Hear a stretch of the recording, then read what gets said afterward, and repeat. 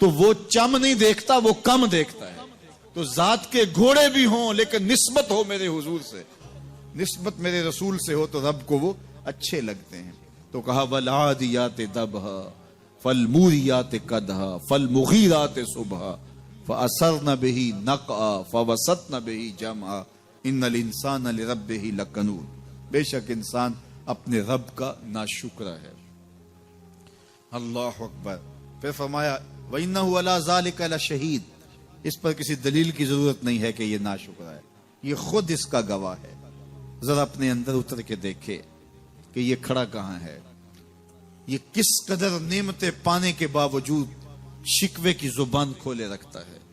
یہ ناشکرا ہر وقت اس کی نعمتوں کی ناشکری کرتا رہتا ہے. جتنی نعمتیں اس کو عطا کی، اس کو تو ہم نے جو چمکتی روشن آنکھیں دی ہیں، اس کو بولتی زبان بخشی ہے، خوبصورت چہرہ دیا ہے، قد رانا بخشا ہے، اس کو دماغ دیا ہے، دماغی قوتیں عطا کی ہیں، اور اس کو سننے والے کان دیے، اس کی زبان پہ ذائقے رکھ دیے، نظام انہضام، نظام تنفس، کیا کیا نہیں سے عطا کیا. لیکن ہر وقت یہ ناشکری کے کلمات ہی بولتا رہتا ہے. میرے پاس یہ بھی نہیں، یہ میرے پاس یہ بھی نہیں، میرے پاس یہ بھی نہیں. دیکھیں اس کے پاس کیا کیا اس کے مالک نے عطا کیا ہے. تو یہ ہر وقت ناشکری. اور پھر جوں جوں ہم قیامت کے قریب ہوتے چلے جا رہے ہیں، ناشکری بڑھتی چلی جا رہی ہے. میں کوئی بہت لمبی عمر نہیں رکھتا، لیکن مجھے آج سے 35 سال پہلے کے حالات کی ہوش ہے، اور جو میرے سے زیادہ عمر میں ہیں وہ اس سے پہلے کے حالات جانتے ہیں. تو میرا بنیادی طور پہ ایک دیہات سے تعلق ہے. تو میں اچھی طرح جانتا ہوں کہ لوگوں کے پاس جو آج کچھ ہے وہ آج سے 35-40 سال پیچھے نہیں تھا. بالخصوص دیہاتوں کے اندر لوگوں کے پاس 1 یا 2 جوڑے ہوتے تھے اور انہیں بار بار پہنتے تھے. کسی شادی یا بیاہ کے موقع پہ جانا ہوتا تو بعض اوقات کسی سے وہ لباس یا جوتے مانگ کے لے کے جاتے. مجھے اچھی طرح یاد ہے کہ اس زمانے میں لوگ اپنے کندھے پر ایک کپڑا رکھا کرتے تھے، اور شادی پر اگر کسی نے جانا ہوتا تو جس کا کپڑا بہت اچھا ہوتا تو اس سے وہ مانگ لیا کرتے تھے کہ میں نے ذرا شادی پہ جانا ہے. بڑے بھائی کے جوتے پہن لیا کرتے تھے، اور اسی طرح گزر ہوتا تھا. کبھی کوئی شکوہ زبان میں پیدا نہیں ہوا تھا. اور لوگوں کے شکستہ سے کچے گھر ہوتے تھے، اور گھر کے صحن میں ایک درخت ہوتا تھا، دوپہر وہاں کاٹ لیتے تھے. اکثر لوگ دوپہر کا کھانا تیار نہیں کرتے ہوتے تھے، دودھ پی کر کے ہی گزارا کر لیتے تھے. صبح کو ناشتہ اور شام کو کھانا ہوتا تھا، لیکن اس کے باوجود اللہ کا شکر کیا کرتے تھے. یہ پچھلے دن میں گزرا تو دیکھا کہ بچے کھیل رہے ہیں اور غبارے پھوڑ رہے ہیں، اور جب غبارہ پھٹتا ہے نا تو بچے خوش ہوتے ہیں، کہہ لگاتے ہیں. پھر دوسرا غبارہ ہے وہ اس سے کھیلنے لگ جاتے ہیں، اور پھر جب وہ پھٹتا تو پھر خوش ہوتے ہیں. تو میں ذرا رک گیا اور اس منظر کو دیکھنے لگا، اور پھر میں نے کہا کہ غبارہ پھٹتا ہے تو یہ بچے خوش ہوتے ہیں، لیکن جب ہمارا زمانہ ہوتا تھا، جب ہم بچے تھے تو غبارہ پھٹتا تھا، ہم رونے لگ جاتے تھے، کیونکہ کھیل ہی ختم ہو جاتا تھا. ایک ہی غبارہ ہوتا تھا 5-6 بچوں کے پاس، اور غبارہ پھٹ گیا تو کھیل ختم، تو سارے رونے لگ جاتے تھے. اور اب یہ غبارے پہ غبارہ پھوڑ رہے ہیں اور خوش ہو رہے ہیں، تو کہاں سے کہاں ہم آ پہنچے.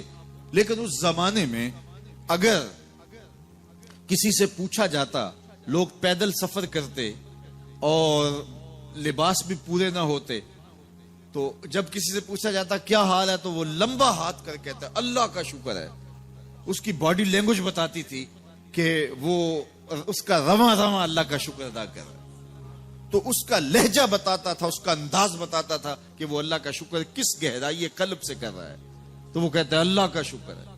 اور آج جب کہ اتنی نعمتیں لوگوں کو میسر ہیں، اتنا کچھ نصیب ہے، عالی نصب گھروں میں رہتے ہیں، لمبی لمبی گاڑیاں ہیں، سہولتیں ہیں، آسودگیاں ہیں، آسائشیں ہیں، مالی آسودگی ہے، رہائشی آسودگی ہے، کھانے پینے کے وافر سامان ہیں، ٹیبل پہ اتنے کھانے لگے ہوئے ہوتے ہیں کہ باری نہیں آتی کھانے کی.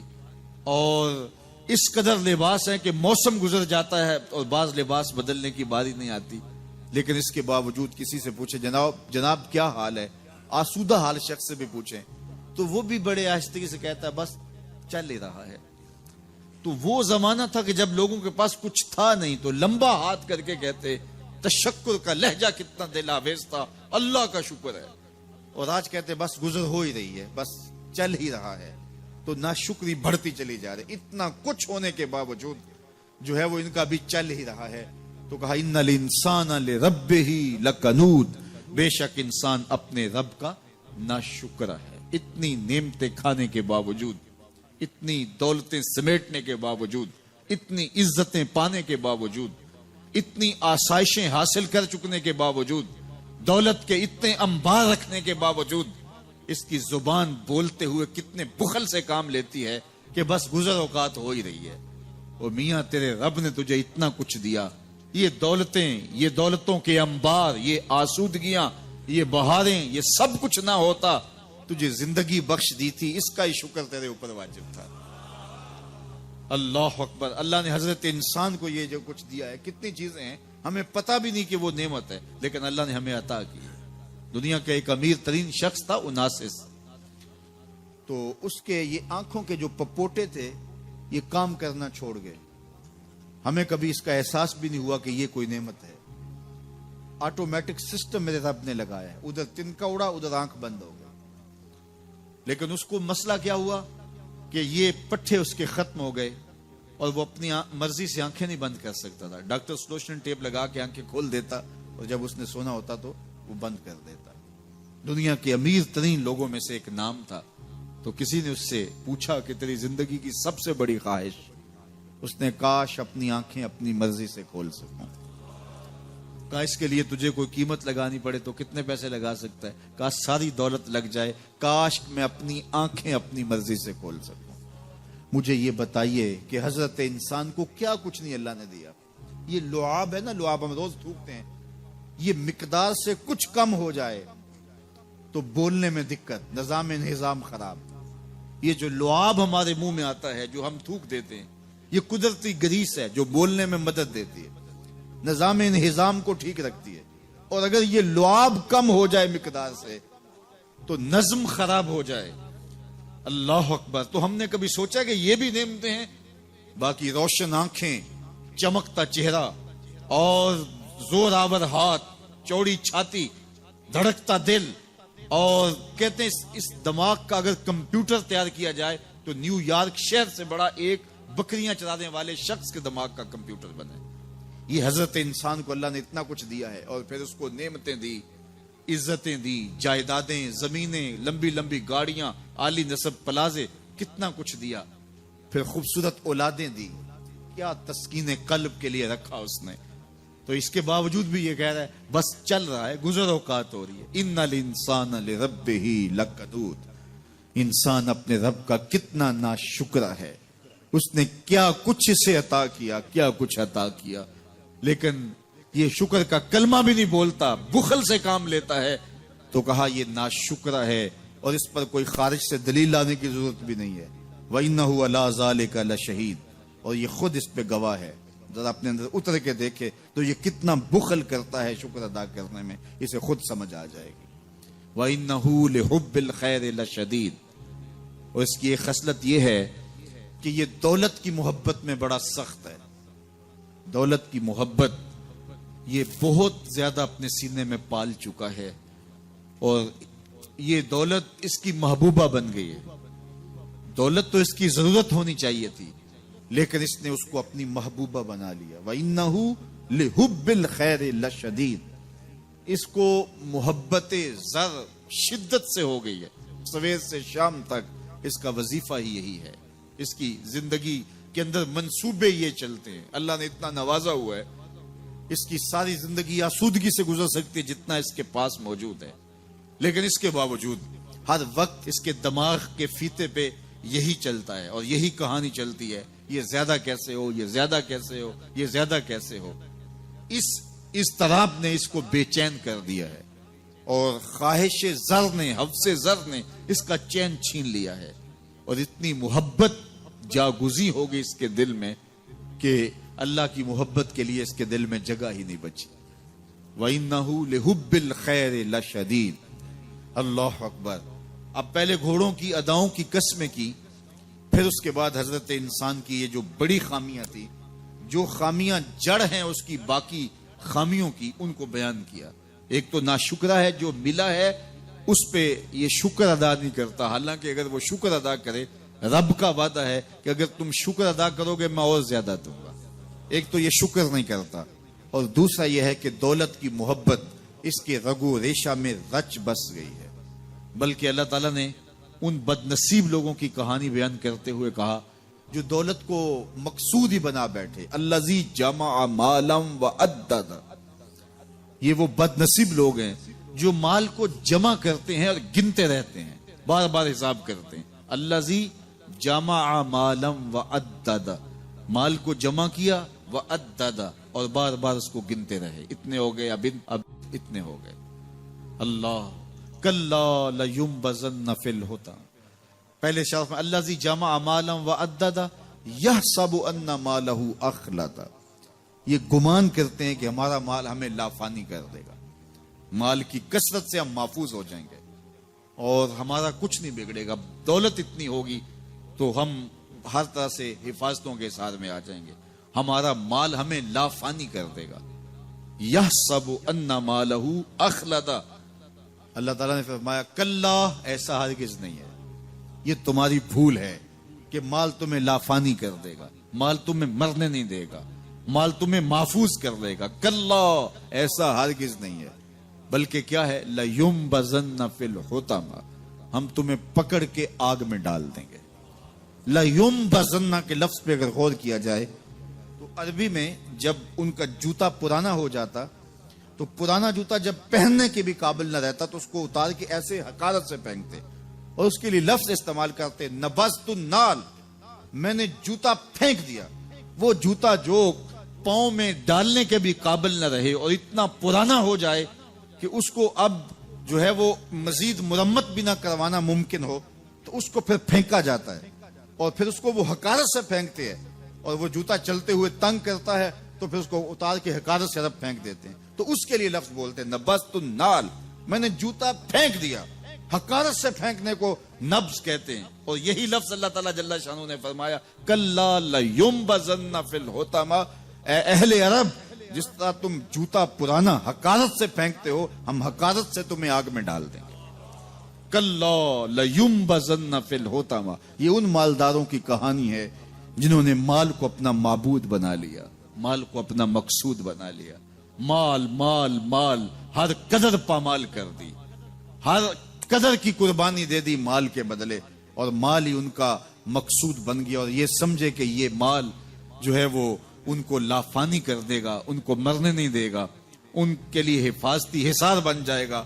کلا لینبذن فی الحطمہ وما ادراک ما الحطمہ، اللہ فرماتا ہے جانتے ہو جس حطمہ میں، جس آگ میں تمہیں ڈالا جائے گا وہ آگ کیا ہے؟ مل حطمہ، کیا تمہیں پتا ہے وہ حطمہ کیا ہے؟ پھر خود فرمایا نار اللہ الموقدۃ التی تطلع علی الافئدہ، یہ اللہ کی جلائی ہوئی آگ ہے جو دل کھا جائے گی، جو کلیجے چاٹ جائے گی۔ تم حب زر، یہ حب دولت اور حب دنیا، یہ تمام برائیوں کی جڑ ہے، تو اس لیے اپنے اندر سے محبت زر کو نکالنے کی کوشش کیجئے اگر کہیں آپ کو داخل ہوتی محسوس ہو رہی ہے، اور حب دولت کو نکالنے کے لیے زکوٰۃ، صدقات، اسلام نے ہمیں یہ نظم دی ہے۔ اقبال نے کہا تھا حب دولت تلف می سازت زکوٰۃ، زکوٰۃ حب دولت کو زائل کرتی ہے، جب اللہ کی راہ میں لٹاؤ گے تو اس سے کم بھی نہیں ہوگا۔ میرے حضور نے 3 چیزیں قسم کر کے کہیں، حضرت ابو کبشہ الانماری رضی اللہ تعالیٰ عنہ سے مروی ہے، میرے حضور نے ارشاد فرمایا اگر کوئی شخص کسی کو معاف کر دیتا ہے تو اس کی عزت کم نہیں ہوگی، میں محمد اللہ کی قسم اٹھاتا ہوں۔ دوسری بات میرے حضور نے فرمائی کہ جو شخص مانگنے لگ جاتا ہے، سوال کا دروازہ کھول لیتا ہے، اللہ اس کے لیے محتاجی کا دروازہ کھول دیتا ہے، اس کی کبھی کمی پوری نہیں ہوتی۔ اور تیسری بات میرے حضور نے قسم کر کے کہی ما نقص مال عبد من صدقہ، کہا میں اللہ کی قسم اٹھا کے کہتا ہوں کہ صدقے سے مال کم نہیں ہوتا، صدقے سے مال گھٹتا نہیں ہے۔ تو ایک تو مال بھی نہیں گھٹے گا، یہ ضمانت کس کی ہے؟ میری نہیں ہے، یہ رسول اللہ کی ضمانت ہے۔ ایک تو مال بھی کم نہیں ہوگا اور دوسرا یہ ہے کہ حب دولت ختم ہوگی.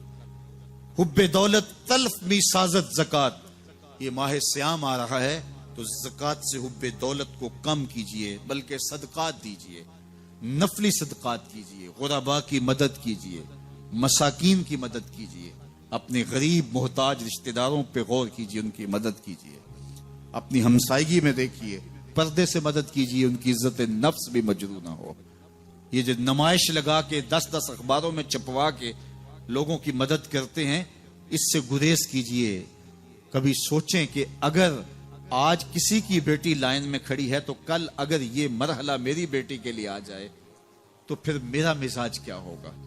تو عزت نفس کا خیال رکھیے، لوگوں کی غربت کا تماشا نہ اڑائیے، اور لوگوں کی جو ہے وہ محتاجی کو اپنی تسکین کا ذریعہ نہ بنائیے. یہ تو اللہ نے تمہیں دیا اور انہیں نہیں دیا، اور وہ آزمائش کی گھڑی میں کھڑے ہیں، تم ان کے ساتھ کھڑے ہو جاؤ. تو لوگوں کی مدد کیجئے، دکھیوں کے کام آئیے، مساجد کی جو ہے وہ تعمیر کیجئے، مدارس دینیہ کے ساتھ وابستہ رہیے، اور لوگوں کی فلاح کے لیے، بہتری کے لیے کام کیجئے. اللہ نے آپ کو دیا ہے، یہ مال یہاں رہ جانا ہے. میرے حضور نے فرمایا، ابن آدم کہتا ہے میرا مال میرا مال. اس کا مال وہ ہے جو اس نے کھایا یا پہنا اور پرانا کر دیا یا آگے بھیج دیا، باقی اس کا نہیں ہے، وہ وارثوں کا ہے. مرتے ہی ورثہ بن جائے گا، مرتے ہی ترکہ بن جائے گا. کفن بھی میلا نہیں ہونے دیں گے کہ بعض اولادیں تو بانٹ لیتی ہیں. اللہ اکبر. وہ گھر جو ان کے لیے بنایا تھا، ایک رات بھی تجھے اس گھر میں رکھنے کے لیے تیار نہیں ہوں گے. آج تیرا نام چھن گیا. آج کوئی یہ نہیں کہتا کہ پیچھے اس امام کے اور حاضر اس چودھری صاحب کے، حاضر اس میت کے. آج تو ڈیڈ باڈی بن گیا، آج تو میت بن گیا. آج خان صاحب، ملک صاحب، چودھری صاحب، پیر صاحب، مفتی صاحب، تیرے سارے ٹائٹل چھین لیے گئے. آج پیچھے اس امام کے اور دعا واسطے حاضر اس میت کے. آج تو میت بن گیا. آج تیرا لباس بھی پھاڑ کے اتارا ہے. آج تیرے انگوٹھے باندھ دیے گئے ہیں، ناک میں روئی ٹھونس دی گئی ہے. آج تو غسال کے رحم و کرم پہ ہیں، وہ تجھے ادھر الٹ دے یا ادھر پلٹ دے. اب تیرے پاس کوئی اختیار ہی باقی نہیں رہا. میاں صاحب بولے، جاندی واری ڈرونا بنےو تے ہاتھ نہ لاندے ڈرتے. آج اولاد بھی دور ہے، پوتے اور پوتیاں بھی ڈرتی ہیں. جاندی واری ڈرونا بنےو تے ہاتھ نہ لاندے ڈر دے. جنہ لئی تو پاپ کمائے اج کتھے نہیں تیرے کر دے. آج سارے چلے گئے، تو آج اپنے ہاتھ سے اپنی زندگی کو سنوارنے کے عمل کی طرف بڑھیں اور راہ خدا میں خرچ کریں. دکھیوں، مجبوروں اور لاچاروں کے کام آئیں. اللہ آپ کی مدد کرے گا اور حب دنیا کم ہوگی. اللہ تعالیٰ جل شانہ نے سورہ عادیات میں پہلی 5 آیات میں قسمیں کی، پھر 3 آیات میں جو ہے وہ حضرت انسان کی وہ کمیاں، کوتاہیاں جن کی بنیاد پر باقی گناہ سرزد ہوتے ہیں ان کو بیان کیا، اور اس کے بعد پھر علاج بھی قرآن نے بتایا اور کس قدر اس کو چوٹ لگائی.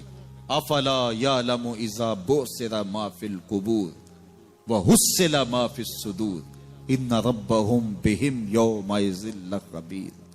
افلا یعلم اذا بعثر ما فی القبور. اے اکڑ کے چلنے والے، اے ناشکر انسان، اے دولت کے پجاری، وہ وقت یاد کر جب تو قبر سے اٹھایا جائے گا. اس وقت کفن بھی چھین لیا جائے گا. اب سب کو چھین لیا گیا، دولت، بینک بیلنس، تیری جائیدادیں، پلازے، گاڑیاں، گھر، کوٹھیاں، بنگلے، سب کچھ یہیں رہ گیا. صرف ایک چادر کفن کی لے کے جا رہا ہے. لیکن جب قبر سے اٹھایا جائے گا، یہ کفن کی چادر بھی رہ جائے گی، برہنہ اٹھایا جائے گا. اللہ اکبر. نہ پاؤں میں جوتے، نہ سر پہ پگڑی، نہ بدن پہ کپڑا، برہنہ اٹھایا جائے گا. سیدہ عائشہ رضی اللہ تعالیٰ عنہ نے سنا تو کانپنے لگی. عرض کی حضور قبر سے برہنہ اٹھائے جائیں گے تو ایک دوسرے سے حیا نہیں آئے گی؟ فرمایا عائشہ معاملہ اس سے بھی آگے ہے. کسی کو ہوش ہوگی تو حیا آئے گی. ہوش اڑے ہوئے ہوں گے، خوف قیامت طاری ہوگا. قبروں سے یوں لوگ اٹھائے جائیں گے. افلا یعلم اذا بعثر ما فی القبور. اب بعثر کا جو مفہوم ہے، جو ترجمہ اور معنی ہے وہ تو رہے. بعثر کا جو صوتی آہنگ ہے، جب بولتے ہوئے ایک جھٹکا لگتا ہے تو قبروں سے اٹھتے ہوئے لوگوں کی کیفیت معلوم کرنے کے لیے بوسرا کا صوتی آہنگ ہی کافی ہے. افلا یعلم اذا بوسرا ما فی القبور وحصل ما فی الصدور. حصلہ کے اوپر جو تشدید ہے یہ معنی کو کتنی خوبصورتی کے ساتھ ایک مجسم پیکر میں سامنے لا رہی ہے. اللہ فرماتا پھر وہ وقت آئے گا جو سینے میں ہوگا وہ تشت ازبام ہو جائے گا. آج آپ مجھے نیک سمجھتے ہیں, میں آپ کو اچھا سمجھتا ہوں, لیکن میرے سینے کے اندر کیا چل رہا ہے یہ آپ کو نہیں پتا. یہ میں تقریر چہک چہک کے کر رہا ہوں, اس کے پیچھے کیا ہے؟ میں آپ کے دل اپنی جانب موڑنا چاہتا ہوں, آپ کی جیبیں خالی کرنا چاہتا ہوں, یا میں آپ کے سامنے پاک اور ستھرا اور بڑا جو ہے وہ نیکوکار بننا چاہتا ہوں, یا میرا مقصد رضائے الہی ہے؟ یہ مجھے پتا ہے, آپ کو نہیں پتا. آپ کہاں ہیں, کہاں کھڑے ہیں, میں آپ کو اچھا سمجھتا ہوں, لیکن آپ کو پتا ہے کہ ہم کہاں کھڑے ہیں. لیکن قیامت کے دن یہ ساری چیزیں سامنے آ جائیں. وَحُصِّلَ مَا فِي الصُّدُورِ, اور سورہ الطارق میں فرمایا یوم تبلی السرائر فما لہ من قوت ولا ناصر. اس دن سارے راز کھول دیے جائیں گے اور کوئی طاقت نہیں ہوگی جو ان رازوں کو کھلنے سے روک سکے گا. آج طاقتور کی بات نہیں کھلتی اور کمزور کی بات اچھال دی جاتی ہے, لیکن وہ وقت آنے والا ہے یوم تبلی السرائر فما لہ من قوت ولا ناصر. نہ زور کے بل پہ, نہ زر کے بل پہ, نہ کسی اور بل پہ کسی کام کو روکا جا سکے گا. ہر شے تشت ازبام ہو جائے گی. وہ کتنا سخت دن ہوگا. اے داور حشر میرا نامہ اعمال نہ پوچھ, اس میں کئی پردہ نشینوں کے بھی نام آتے ہیں. تو وہ کتنا سخت دن ہوگا. وَحُصِّلَ مَا فِي الصُّدُورِ إِنَّ رَبَّهُمْ بِهِمْ يَوْمَئِذٍ لَخَبِيرٌ. بے شک ان کا رب اس دن ان سے خوب باخبر ہوگا. وہ آج بھی باخبر ہے, لیکن آج کئیوں کو یقین نہیں کہ وہ باخبر ہے, لیکن اس دن سب کو یقین ہو جائے گا کہ میرا رب اس سے باخبر ہے. جب پرانی تصویریں چلنا شروع ہو جائیں گی, جب ساری ویڈیو سامنے آ جائے گی, زندگی میں جو کیا, تنہائی میں, اعلانیاں, خفیہ, جہاں جہاں جو کیا, داد عیش دی, سب کچھ تشت ازبام ہوگا. سب کچھ جو ہے وہ سکرین پہ چل رہا ہوگا, کوئی چیز بھی تشت ازبام ہونے سے نہیں رہ جائے گی. تو پھر بندہ کہے گا اوہو یہ تو سب میرے مالک کو پتا تھا, لوگوں کی نظروں سے چھپ سکا, رب کی نگاہوں سے تو نہیں چھپ سکا. اس کی نگاہوں سے کون چھپ سکتا ہے؟ یہ یقین آج اپنی روحوں میں اتار لو, اچھی طرح سے جذب کر لو. گناہوں سے بچنے کا اکثیر نسخہ ہے یہ یقین کہ میرا رب مجھے دیکھ رہا ہے. یہ یقین جب روح میں جم جائے, خیالوں میں اتر جائے, اعتقاد کا پختہ حصہ بن جائے, پھر بند کوٹھڑی میں بھی جرم نہیں ہو سکتا کہ میرا مالک تو مجھے دیکھ رہا ہے.